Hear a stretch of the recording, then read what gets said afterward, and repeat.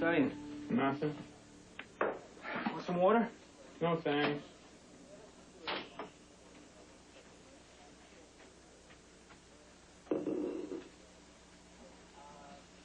What do you pay for that stuff? I don't know, $4 a six-pack.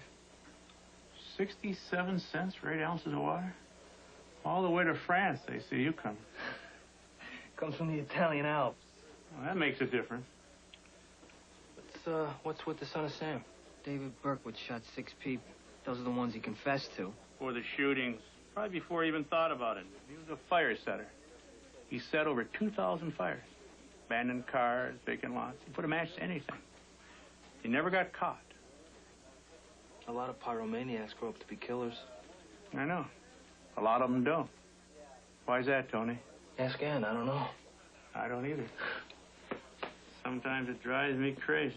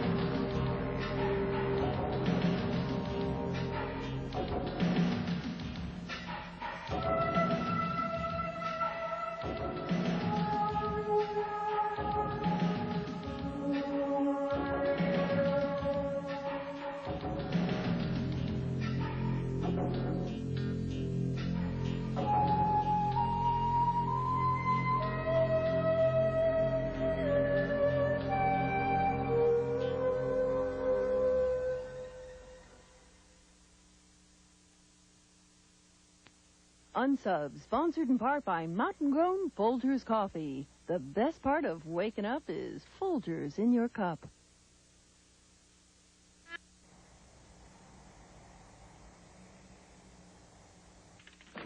How's that treatise coming? I'm formatting it right now. Wide margins. I got to keep the page count up. Good morning to you, too.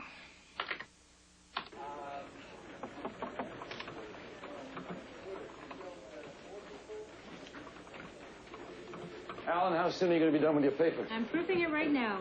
Thought I'd include some pictures and a brief explanation of the systems. Good idea. No, maybe not, maybe not. I don't want them to think that we're spending their money on PR. It's coming out of my own pocket. You should have mentioned it. Ned, your performance diary. On your desk. Tony?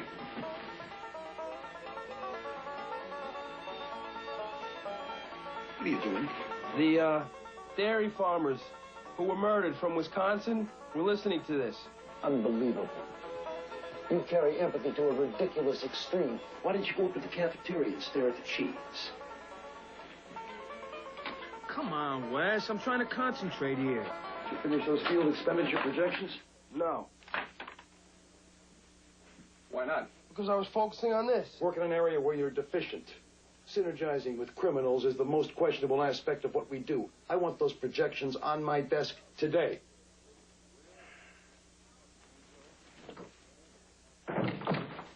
Staff meeting, 10 minutes. Staff meeting, 10 minutes. I had printing make up a dozen of these, one for every member of the subcommittee, one for you, and 7 copies are going over to the Attorney General's office. That's good, Jim. I want all documents relating to the hearing on my desk today. I've got Ned's. Here's mine. Jimmy, have this proof corrected and printed for the binder, please. Okay, Skipper. Okay, business at hand. Some youngster from Interpol shipped us some tissue samples packed in dry ice and forgot to affix the diplomatic seal. We need you to intercede with Customs. Will do. What's priority? Vis-a-vis Interpol, there's been another killing in Belgium, young couple in Liège. One couple every Valentine's Day for the past 13 years. Well, there's not much we can do about that unless Alan's got to leave. Do they celebrate Valentine's Day in Brussels? Jimmy, find out. Anything else? Nothing that won't wait until you come back from the hill. Good. There is this fire setter in Haynesville, North Carolina. 5 fires in the last 10 days. Each progressively bigger, more dangerous. There's nothing here for us, Ned, unless I've missed something. Well, the Unsub's starting to get closer to dwellings. A dumpster, a vacant lot, abandoned tractor, a supermarket, and a music store. Exactly. See, the first 3 are where you know there are no people. Then the supermarket and the music store, where people definitely show up. Well, this shouldn't have made it to us. Why did it? A frustrated fire chief in a small, tranquil town didn't know where else to turn. Tell him to call Raleigh. I want to look into this. It's probably a teenager. Definitely a teenager. Male, white, approximately 15 years old, below average intelligence, socially maladjusted. That's the classic profile. Classic and common. That's all. Yes, mein Führer. What? I was only following orders. Ted. What was that? Mind filler? You know exactly what that I didn't was. deserve that dismissal. You have any idea what I'm going through to prepare for these hearings? I have a pretty good idea that's all you care about recently. I know why you want this case, Ned. Well, I think after 35 years in the job, I ought to be able to make an occasional call without being dumped on by bureaucrats. Bureaucrats. Just call them a spade a spade.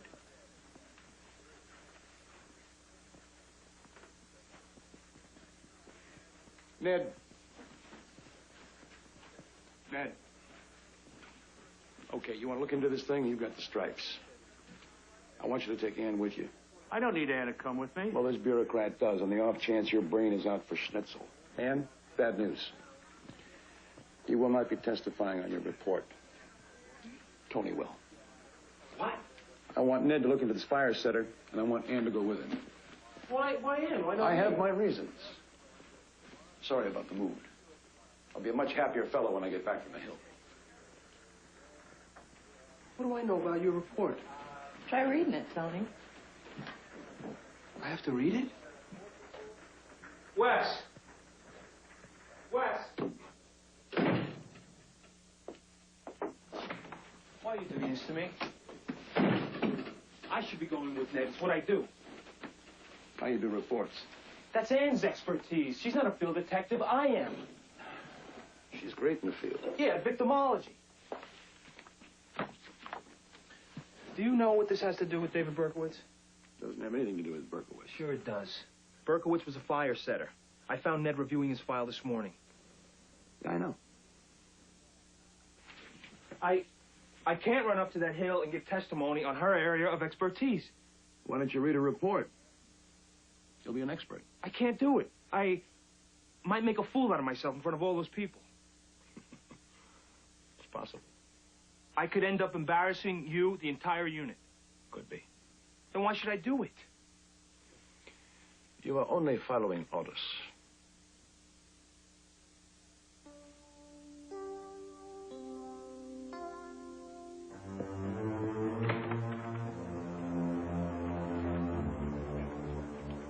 I love irritating him.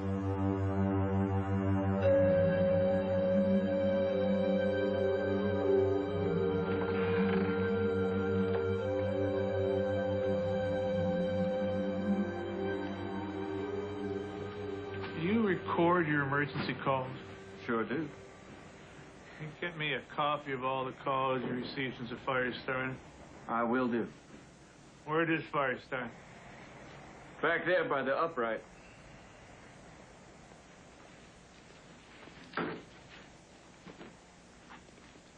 There's nothing special about it. Just a lot of gasoline and a match.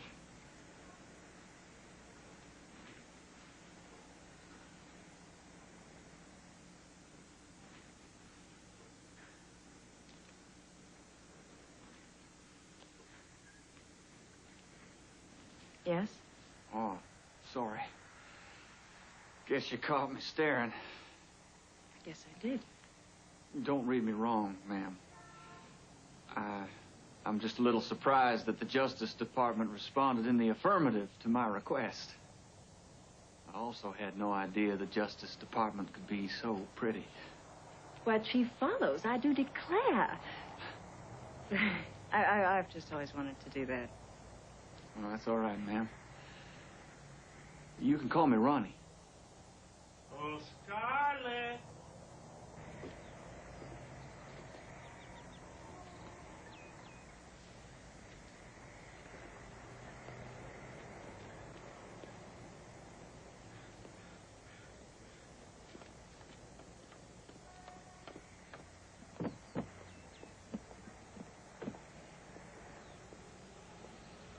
You're not gonna get all buttermilk and pigtails on me, are you? Come on, Ned. Don't be such an old fuddy-duddy. Oh, buddy. Get up on the crate and look through the window. No, don't touch the sill. See anything on the sill? Yeah, I need a bag. Thanks.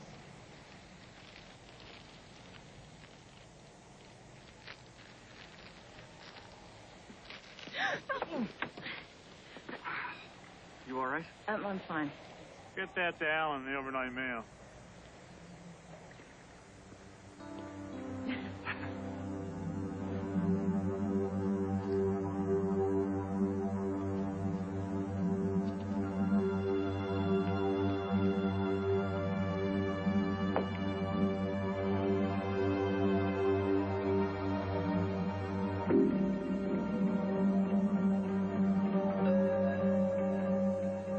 Back to the hotel now.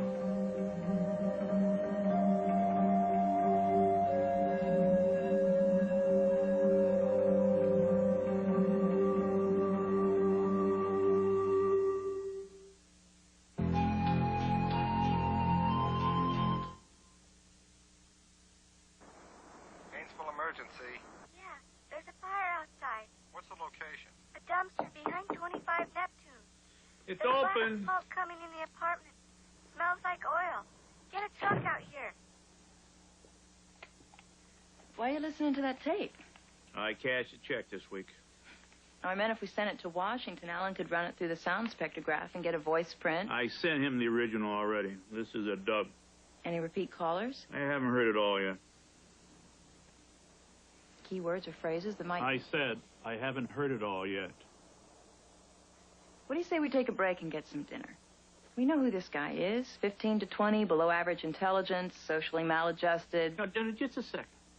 That's twice I've had to listen to you say that. Below average intelligence, according to who? The McGinley report. And did this McGinley character, did he collar a couple dozen fire setters before he hung up his badge? He was a professor of behavioral sciences at Berkeley. A bare-knuckle beat if ever there was one. You can ridicule this if you want to, Ned, but the fact is, everything we know about fire starters is... It's based on what you learned after they were caught by guys who never heard of the McGinley report, but who got on first-term basis with these kids. Most of whom are just trying to establish a little control in their life. Ned, we're not talking about a one-time thrill-seeker here. We're talking about a pathological fire starter. You don't know he's pathological. No, he could have a thing for barbecues, but I wouldn't count on it. Because it wouldn't validate what you do. What the hell does that mean? Without a sickness, you can't provide a cure. You can't justify those initials after your name. I don't have to justify them. To you or anyone else. If you don't want to talk to me about what your problem is, Ned, that's fine. But I'm through taking a shellacking for this. I came down here to help you out and... I didn't ask you. But I'm here. I cashed my check, too. Now, so you can just forget about the help, all right? I'm here working the same case. No, we're not. You're looking for a pathologically motivated criminal with a consuming hatred for society. I'm looking for a kid who probably figures the whole world is stacked against him. And all he wants is for the few people in his life that he cares about to stop and listen. That's all any kid wants, Ann. The damn video games and the stereos, that doesn't matter. They just want someone to stop and listen. Must have been one hell of a father. Just because I knew what to do doesn't mean I did it. Come on, let's get dinner. I don't want to keep at this. All right, I'm going now. Bye. But I'm going to pick you up in an hour, and we're going to have dinner at a restaurant that does not serve ketchup. Stop and listen. 1 hour.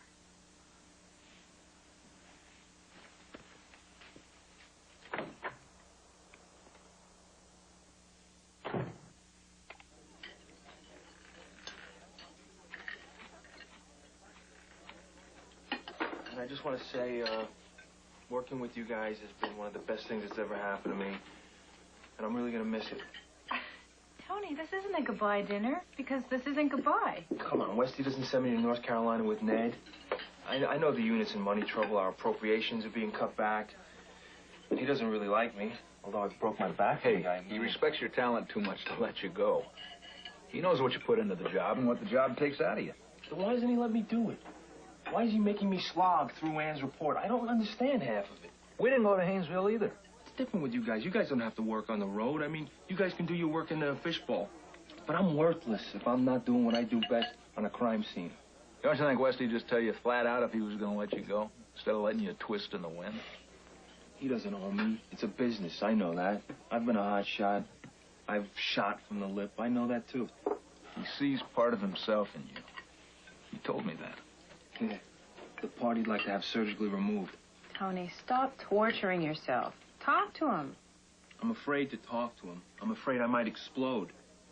I mean, my ego is just as big as his, you know? I mean, he can't just shut me out like this. Why can't he deal with me like a man? Look, I'm not being paranoid here. I just want to know what he's saying about me, because if he thinks he's going to cut me up and throw me to that committee, well, then he should at least admit it to me. Let's talk. I know exactly how you feel. Now, there's a joke. I want in.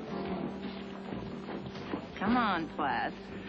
I was just thinking of the cheap little novels being written in the heads of all the guys that are watching me dance with you.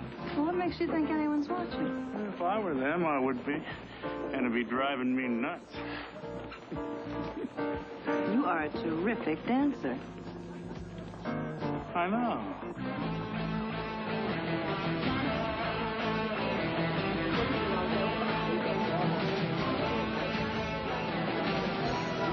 I told you could come with me, but you can't hang around. You're embarrassing me. Find your own friends.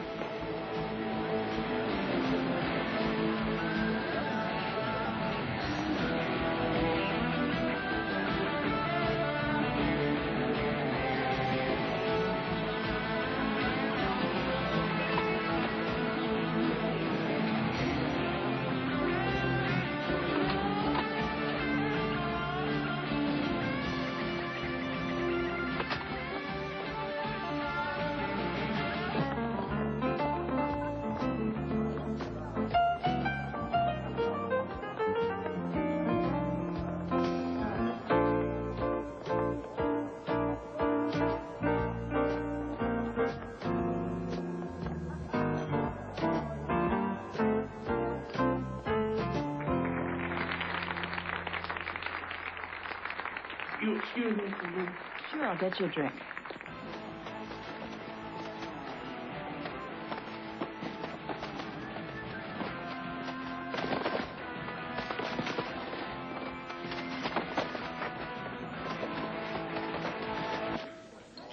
Let me get that. Thank you, but I'm with someone. Story of my life. I hear you. Is it someone you want to be with? I hope so. Sort of drives you nuts, doesn't it?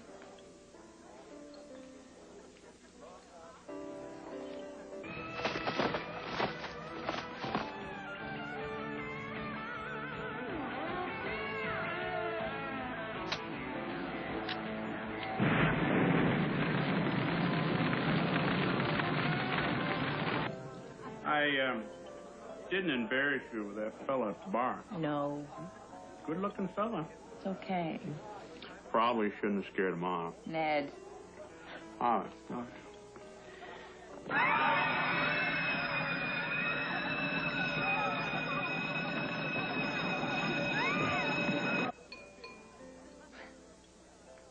I owe you an apology. Ned, I told you I didn't want to be picked up by that guy. No. For acting like the horses. For not graciously accepting your help when I was listening to that tape. You don't owe me an apology. I wouldn't mind an explanation. See, it burned me to hear you talking about that dim-witted, socially backward fire setter, because I never thought of myself as dim-witted. My folks were having their troubles. I was about 14 or so. For some kids, home is a safe harbor. For me and my brothers, it was a constant storm watch. I'm sorry, Ned. I started setting fires. Little ones, trash cans, the yard. There was a feeling of power that I got from it. This was something I could control, even if I couldn't control anything else.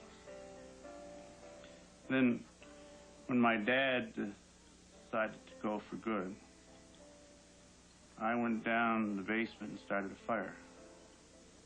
Burned the house down. Did anyone get hurt? No, I got lucky.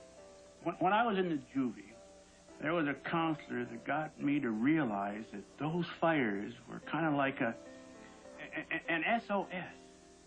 Stop and listen to me. Stop and listen. This kid we're after, maybe he's asking his folks the same thing. Come on, let's go. Hundreds of students escaped injury last night when an apparent arsonist struck again in Haynesville. The fire at Rosemont High School apparently started in a janitor's storage room and spread to the gymnasium where dance was in progress. Fire department officials said only the quick reporting of the fire by one of the students prevented loss of life. Reporting live from Rosemont High, this is Diana Towers, Channel 10 News.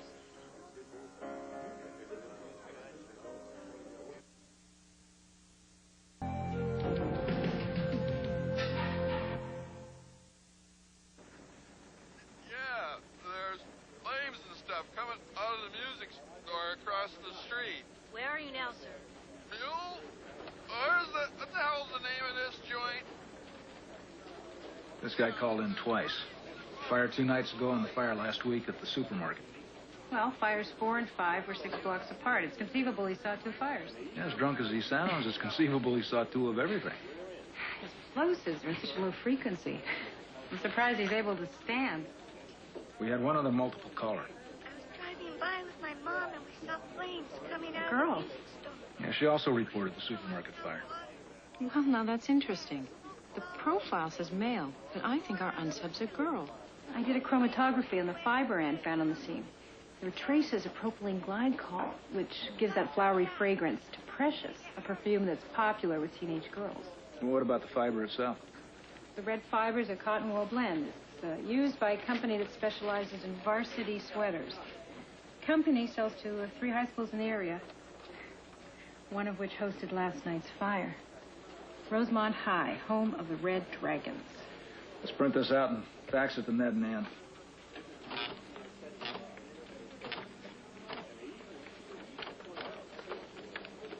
Was there anybody left inside when the fire department arrived? Yeah, me and some of my friends were in the bathroom on the first floor, trying to get away from the smoke. And then I think Richard called. I didn't know how bad it was, so I figured I should call someone. So you're the hero. Yeah, well, there was all this smoke. I figured it was better to call it, even if I was wrong. Someone could have got hurt with all those people. You mind knocking off a piece of that footage for me? I already did. That copy's yours. Did you get the kids' names and addresses? I'll be happy to let you have them, but you'll have to go through legal. Listen, if any of these kids give you a call, you mind giving us a jingle? We're at the Carriage Inn. Sure thing. Thanks. Thanks. All right, thank you. Thank you. You see a phone booth around? Who are you calling? If memory serves me correctly, Bell Labs is the one that's been at the spectrograph. You can probably get a graph of this knocked off in a couple hours. You think the girl on this tape is the same one that Alan and Norma isolated from the emergency calls? Aren't you going to tell me that 90% of all fire starters are males? Come on, Ned. We've been through that. There ain't no more Ivy League generalizations. But 90% of all fire setters are male. Jim Wood will tell you that. But the multiple caller was a girl. Or a boy whose voice hadn't changed. Open the door! I said, open the door! I gotta get in there. Mom and I have to leave. So leave. Nobody's stopping ya. I'm counting to 3, and this door better be open. 1, 2. I heard you the first 50 million times. Mom and I are leaving. You got all day to brush your teeth. What are you, the queen of hygiene? This is my bathroom, too. Ouch. This is no way to treat a hero. You're not a hero. You're a dweeb.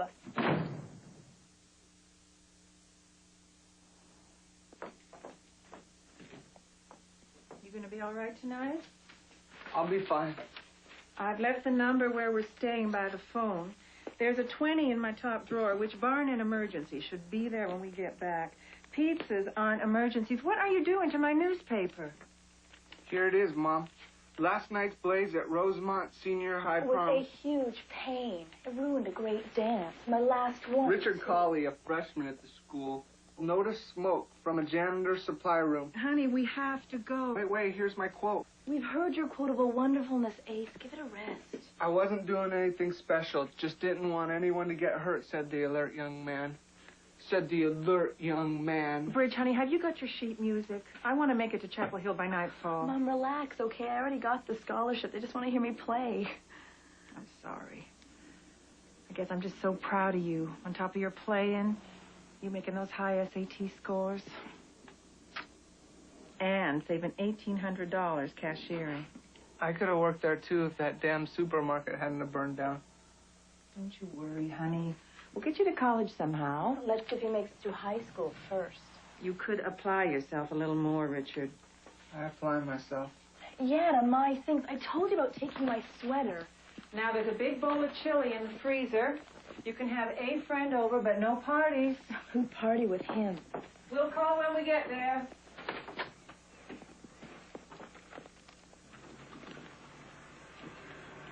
Why don't you just tattoo it to your chest, hero? Better use small letters.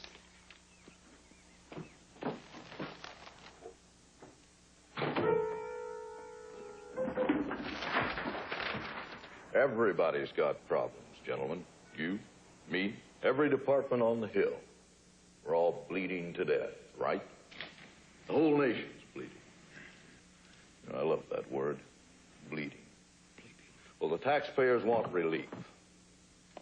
They're sick and tired of footing the bill for ego measuring contests with the world's law enforcement agencies. I'm here. What this committee? I got Ann's report down cold. At 3 o'clock, Tony. Right Not off. after. Where's your... Here's my report, Wes. If you're gonna take me out of the game, you're gonna do it to my face. Personally, I don't think you have the guts. Right off. What the hell are you talking about? The hell is everybody, anyway? Wake up, Tony. Nobody cares. Agent Grayson, CPU, are you ready? Yes, sir. Mr. Chairman, I have a last-minute addendum. Fine, Mr. Grayson. When you're ready.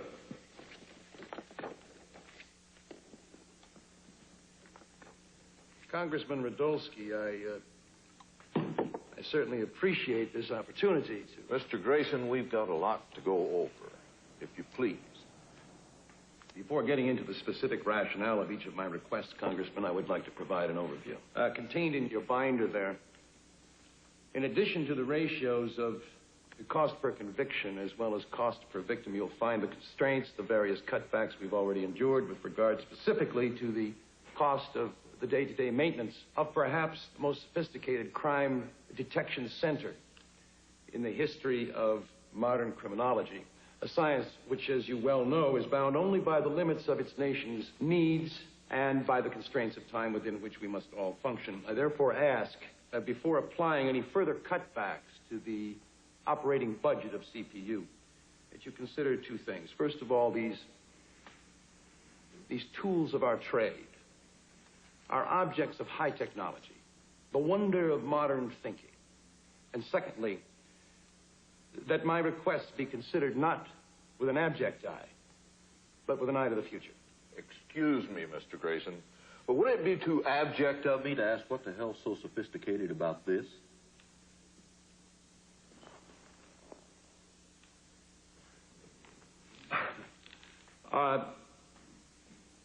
Yes, Congressman, on the surface, it's a cow. Bovine. Holstein Browner. I can see that. Well, that's exactly my point, sir.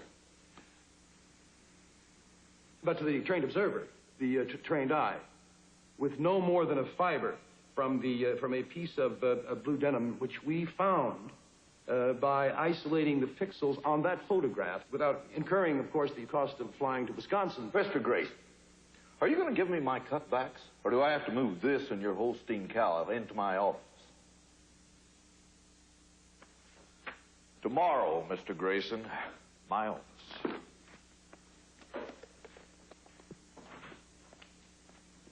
Wes, I'm sorry. I don't know how that got in there. I didn't mean to screw up their idea of what it is we do. Those ivory tower jokers haven't a clue as to what we do. Only what it costs. I don't understand how you can put up with these guys. I do it because I have to. Welcome to the real world, pal.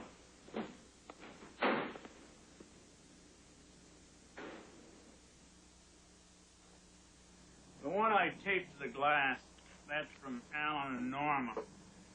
The other's from the news tape. The boy last night.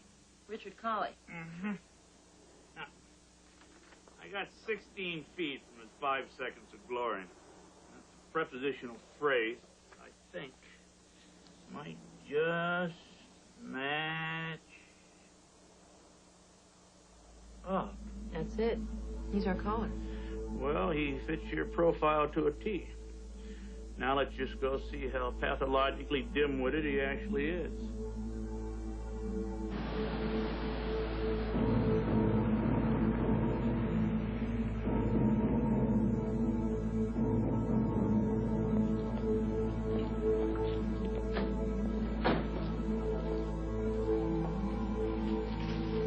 You know what you're going to say? No.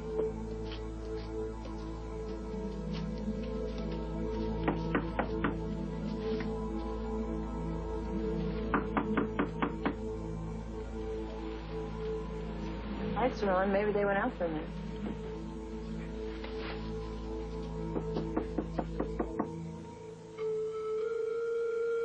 Call the fire department. An emergency unit.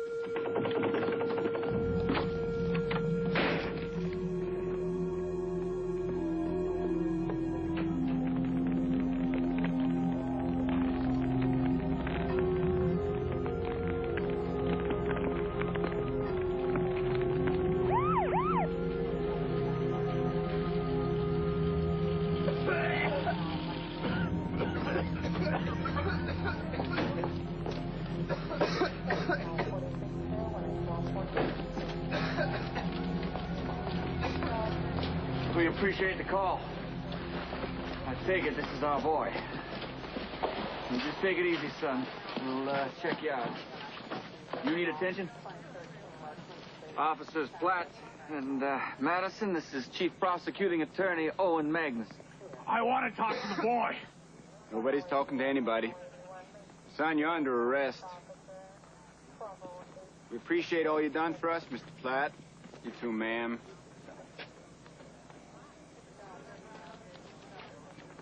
Have a nice flight home.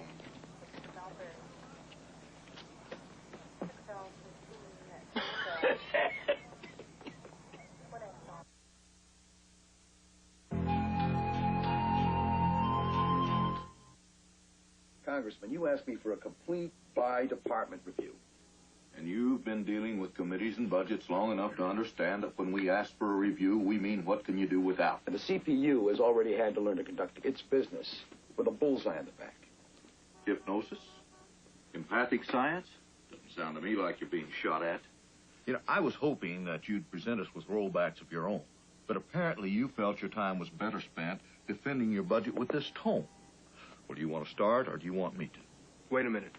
How are you going to cut back something you don't even understand? Tony, empathic science accounts for maybe 10% of what we do, if you want to quantify it. But to focus arbitrarily upon that small element... It's not a small element, Wes. You've been running a gravy train. And as far as this office is concerned, it's about to let a few of its passengers off. What the hell are you grinning about? Oh, nothing. Sorry, I was just, it was nothing. I was thinking about something else. Well, now, She's wonderful, isn't she? My wife's the center of my life. Now, let's Not get... your wife. Claire.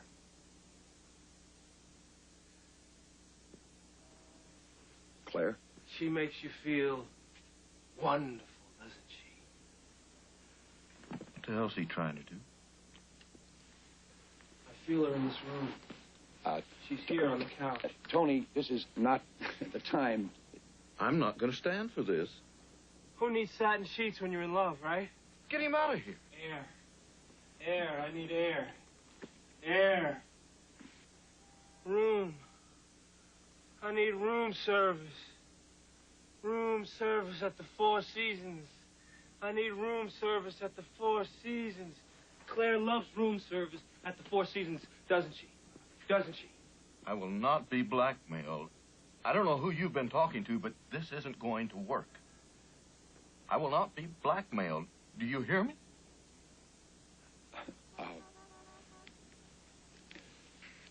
Congressman, would you care to table this conversation until, say, the next quarter?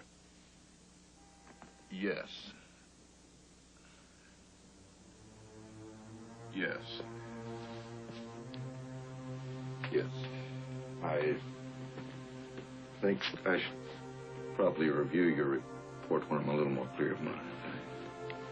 Look, why don't you look at some trims here and there, and we'll review it next quarter.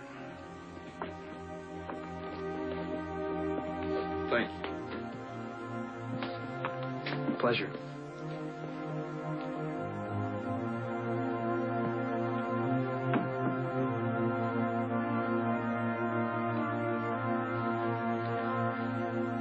I heard a couple of guys talking about it in the bathroom.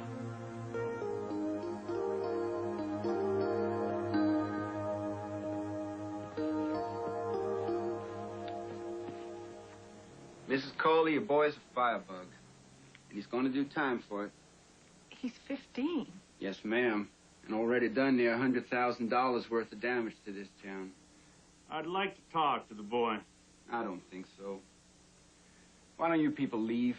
Or are you waiting for us to hold you a parade? I'd like a parade, but first I want to talk to the boy. I said no. I don't think it's your decision to make. I think it's up to Mrs. Coley. You can talk to him. I sure don't want him going to jail. You don't think he should be punished? Are you willing or able to make good on the property he destroyed?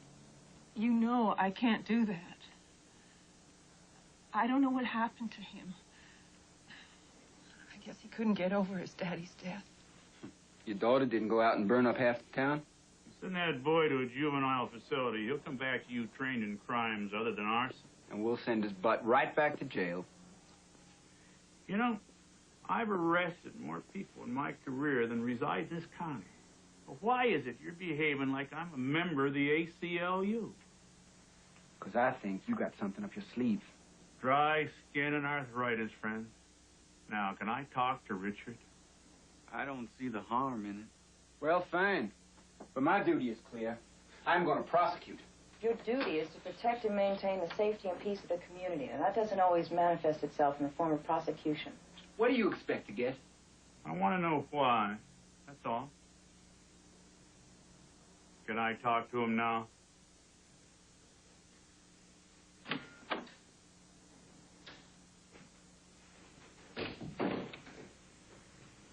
Hello, son. My name's Ned Platt. I'm with the Justice Department. Like a cop? Sort of like a cop, yeah. You're old. They don't mind too much.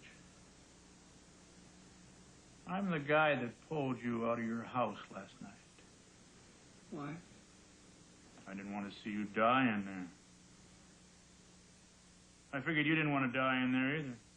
Not really. How the hell would you know what I wanted?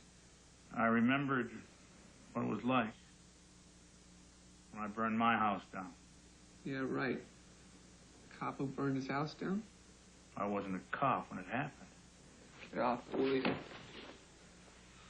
I'm going to tell you a story, son, and you're going to sit down and listen.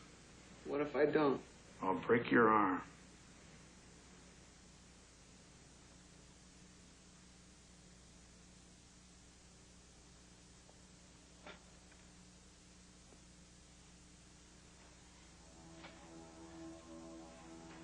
Of course, that wasn't the first fire that I set.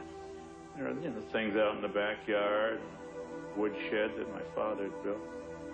But I remember how I felt watching those things burn. It was like, hey, everybody, I did that. I felt powerful. At school and at home, I didn't have any control over anything. But I sure had control over those fires. And once I set them, I could make everyone pay attention to me. We get a confession here, send the boy to Charlotte, save the taxpayers some money. Only in the short run. We know what happens when a juvenile is sent to what's essentially a holding tank for state prison. Learns how to be a career criminal. The folks up in Washington rely on statistics. Folks down here rely on me. They want to be protected. Well, to protect can also be to prevent. To prevent taking a kid who can be helped and turning him into an animal that has to be caged. Why did you do it? I don't know. Guess I thought I was fixing things. See, my mom and dad, they were fighting a lot. Then my dad left. And I had to make him see what he was doing to us, what he was doing to me. And I thought setting that fire would get him back. Did it?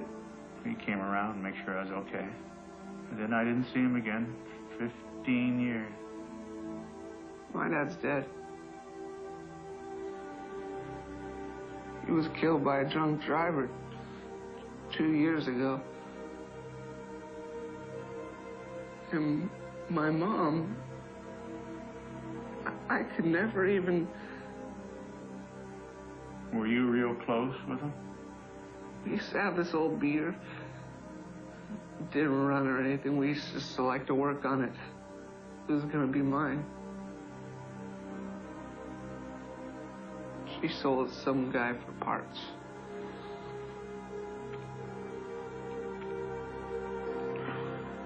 But I wouldn't have run anyway.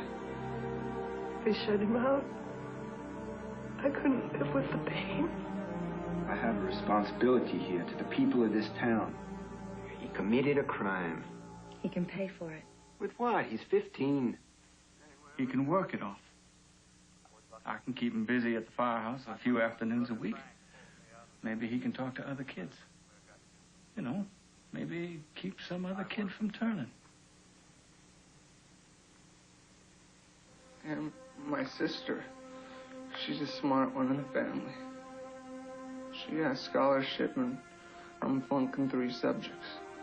Did you always have trouble in school? No. Now everyone says you just don't apply yourself. I heard it all the time myself.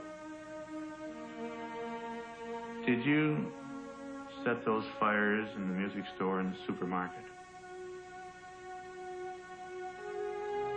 And the school? But then you phoned the fire department. Mm-hmm. Why? I didn't want anyone to get hurt. And maybe you thought people would pay attention if you saved the school. It's all right, son. It's all right.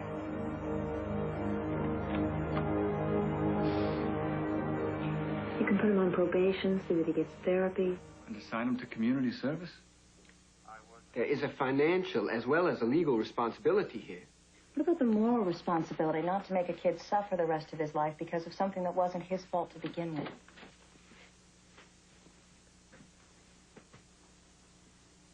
Your move, Owen.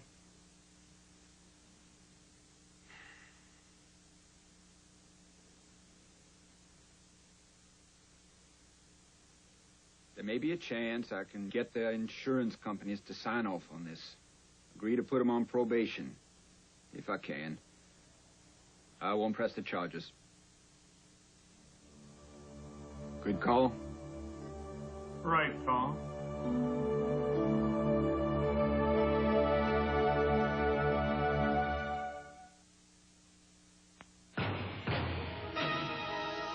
It only comes out at night, when the air turns cool and emotions run hot.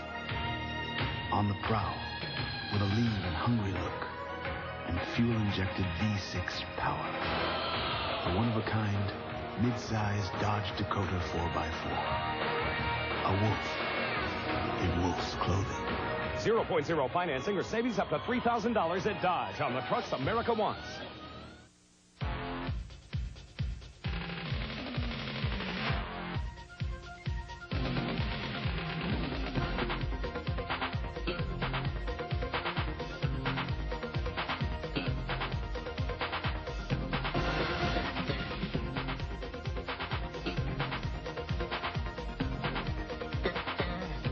You got another Diet Pepsi? More people are moving to Diet Pepsi. A generation ahead. Hey, Ned. Hey, Westy.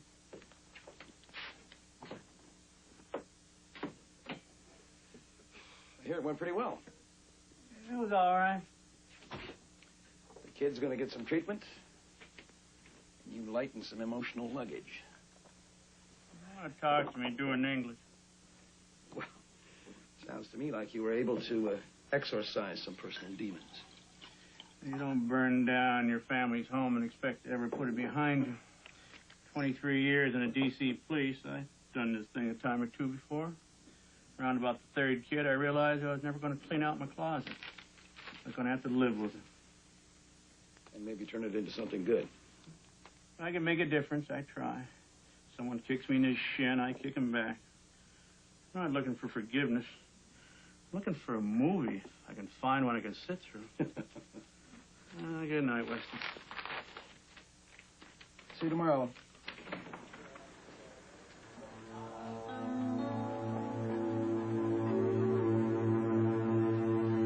$0.67 a bottle.